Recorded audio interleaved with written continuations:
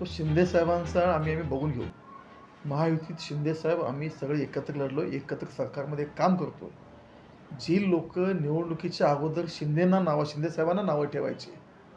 शिंदे साहेबांच्या असतील, देवेंद्र फडणवीस साहेबांच्या लाडकी योजना हे खोटे आहेत, हे बंद पडतात म्हणजे गावभर सांगितलेली लोकं आहेत.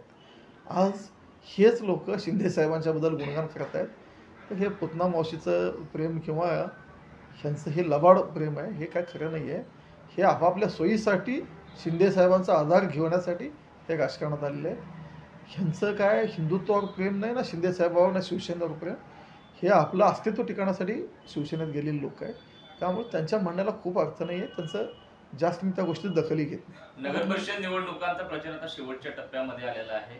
काही दिवसांपूर्वी इकडे उपमुख्यमंत्र्यांची सभा झाली. मुख्यमंत्र्यांच्या सभेबद्दल काही माहिती? माननीय मुख्यमंत्री साहेबांची 30 नोव्हेंबरला अक्कलकोटला सभा होते.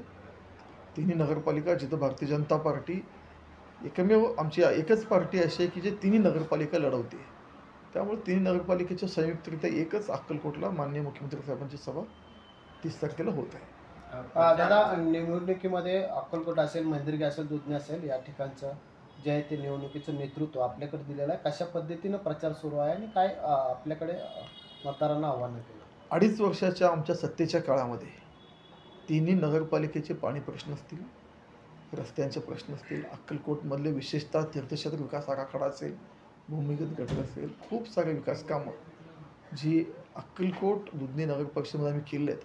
ह्या विकास कामाचा लेखाजोखा जनतेसमोर मांडून विकासाच्या मुद्द्यावर आम्ही लढवत आहोत. माननीय देवेंद्रजी आमचा प्रमुख फेस असणार आहे, कारण त्यांच्या नेतृत्वाखाली त्यांच्या माध्यमातूनच आम्ही तालुक्यातील एवढी विकास कामं केली आहेत. वर्षानुवर्ष उजनीच्या पाण्याचं आम्ही स्वप्न एक मृगजळ अक्कलकोट असल्यानं ठरत होतं, पण माननीय मुख्यमंत्र्यांनी ते मृगजळ किंवा जे स्वप्न वाटत होतं ते सत्यात उतरवले.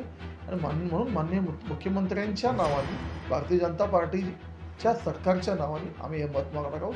आणि निश्चित खात्री आहे की तिन्ही नगरपालिकेत भारतीय जनता पार्टीचा झेंडा फडकेल. तर तिन्ही नगरपालिकेमध्ये भाजप स्वबळावर लढते.